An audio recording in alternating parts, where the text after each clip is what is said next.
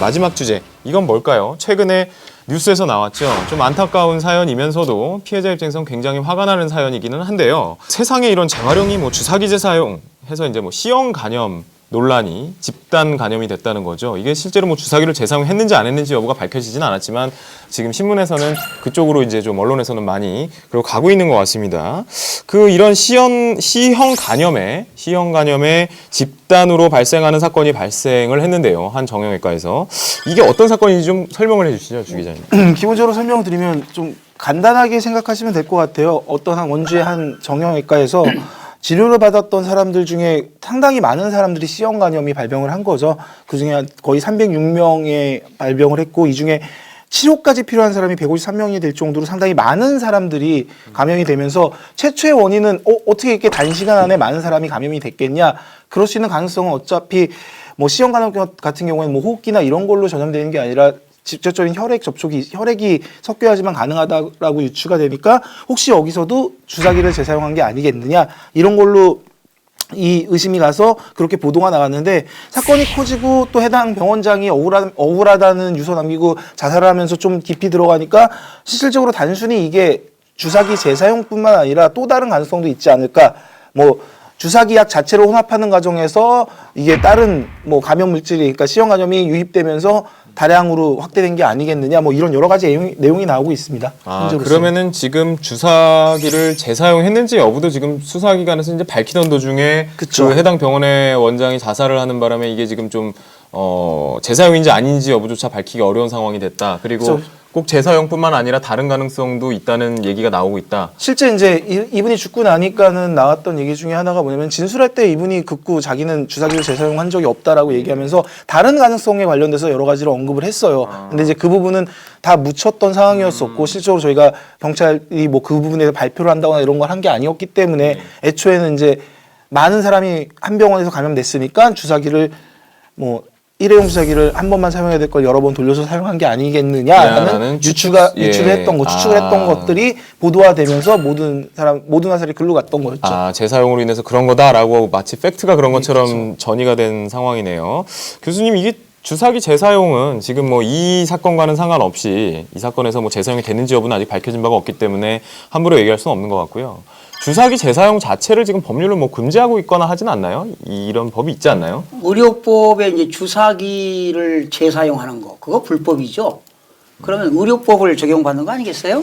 의료법이요? 네, 의료법. 예. 사실은 주사기 재활용에 대해서는 현행법상 일회용 주사기를 사용하더라도 비윤리적인 소위 의료인이라고 판단되기 때문에 여기서 이제 우리 의료법의 의료인이라고 하는 거 의사, 한의사, 치과의사, 조산사, 간호사를 말하는 건데요. 1개월 영업 정지한다, 자격 정지라든가 이런 제도가 있긴 있어요. 그리고 제가 볼 때 이번 원주 정형외과 의사 원장은 재활용을 꼭 했겠느냐? 제 생각은 재활용 정도는 안 했을 거라는 생각이 들어가요. 네. 뭐가 잘못 오염되지 않았는가? 그 전문 용어로 말이죠. PRP라는 게 있어요. 네. 자가혈 시술인데 이거 시술할 때 마취제가 있어요. 국부 마취제를 갖다가 리도카인이라고 하거든요. 법률 용어로. 리도카인에다가 PRP를 섞는 과정에서 어떤 좀 전염이 되지 않았느냐. 아까도 우리 기자님이 말씀하신 대로. 네. 그래서 지금 질병관리본부에서도 역학조사를 지금 하고 있어요. 예. 그리고 원주시에서도 지금 역학조사를 하고 있는데 이제 얼마 있으면 원인이 밝혀지겠죠. 그런데 한 의사가 자살했지만 그걸로 끝나는 게 아니라 그런 가족들 전반적인 사회적인 그런 걸 생각하면 참 가슴이 아파요. 네. 뀨랑네님이 결국에 유족들 포함 피해자가 제일 고통받는 건데 원인을 먼저 파악하고 그것이 주사기 때문인지 확인을 해봐야 하는데 기자분들도 팩트를 가지고 기사를 써야지 자극적인 기사로 사람들의 관심을 받으려고 하고 뭐가 어떻다 하더라 이러던 거는 어쨌든 하지 말아야 된다 이런 취지로 이제 답변을 주셨어요. 그러니까 굉장히 일반적인 우리가 누구나 생각할 수 있는 그 속 시원한 얘기를 잘 해주셨습니다. 그 채팅창에. 그래서 팩트를 먼저 파악을 해야 되는데 이게 사실 모르겠습니다. 이게 지금 집단으로 이게 몇백 명이 이렇게 한꺼번에 감염이 됐으니까 기사화가 된 건데 몇백 명이 아니고 한두 명이면은 그러면은 그건 아무 일도 아닌 것이냐. 그 원인은 어쨌든 똑같을 거잖아요. 예, 그래서 그 원인을 먼저 파악하는 어떤 제도적인 정비가 좀 필요할 것 같고요. 자, 변호사님 예, 제가 한 네. 말씀 드릴게요. 그 의료계 한 관계자는 윤리 도덕적인 문제가 있는 의사들은 대한의사협회에서 윤리위원회 회부하거든요. 그런 것도 중요하지만 그 의사가 이런 사건이 발생했을 때 그 사실을 규명할 수 있는 그런 기구도 있었으면 좋겠다.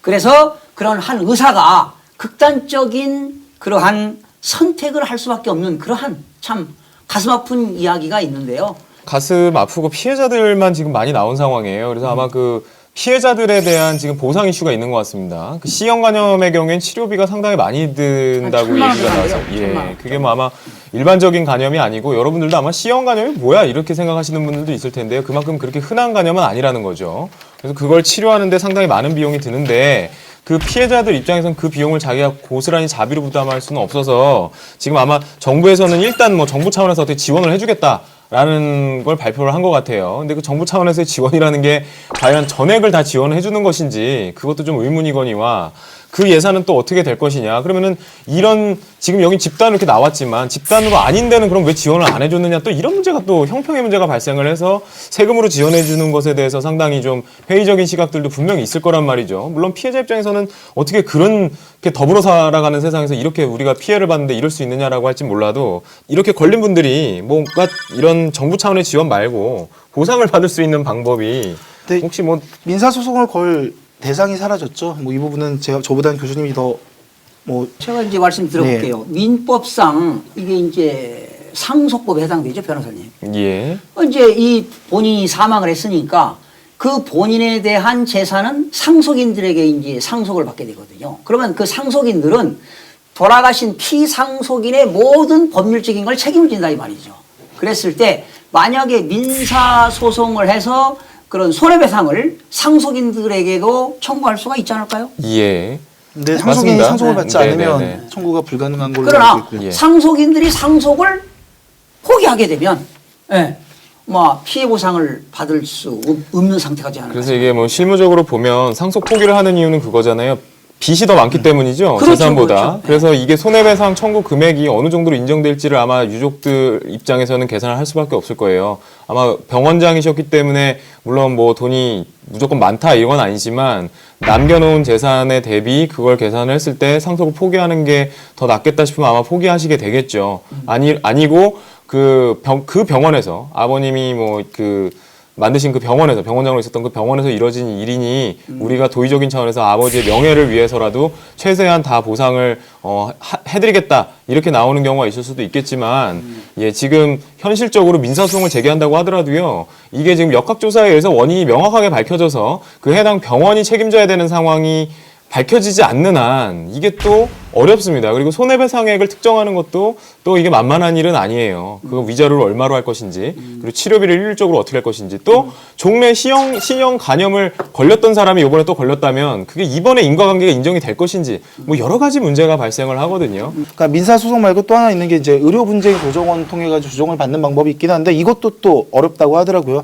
의료분쟁 조정 자체를 그러니까 조정 중재 신청을 하려면은 신청인도 있어야 되지만 반대로 피신청인도 반드시 그 중재하는데 참여를 해야 된다는데 피신청인인 병원장이 지금 현재로서 사망했기 때문에 이 부분도 이루어질 수 없어서 사실상 뭐 국가가 나서지 않는 이상은 뭐 예. 민사든 아니면은 어떤 조정을 통해서든 뭐 보상을 받을 수 있는 방법은 없다는 게 지금까지의 내용입니다. 뭐 기자로서의 변명을 하자면 초반에 이제 일회용 주사기와 관련된 보도가 나갔던 이유는 그거에 대한 충분한 어느 정도의 사실 가능성이 있었기 때문에 나갔던 거였고 실제 복지부가 지금 현재 일회용 주사기 재사용을 엄격하게 처벌하는 내용을 담은 의료법 개정안 자체를 이 사건 터지고 나서 국회 통과를 조속히 좀 통과해달라고 요구할 정도로 이 부분의 문제도 현재까지는 가능성이 있다라는 거 끝으로 말씀드리도록 하겠습니다. 자 여기까지 우리 썬데이 로가 금주 선정한 시사 돌직구 탑 3였습니다.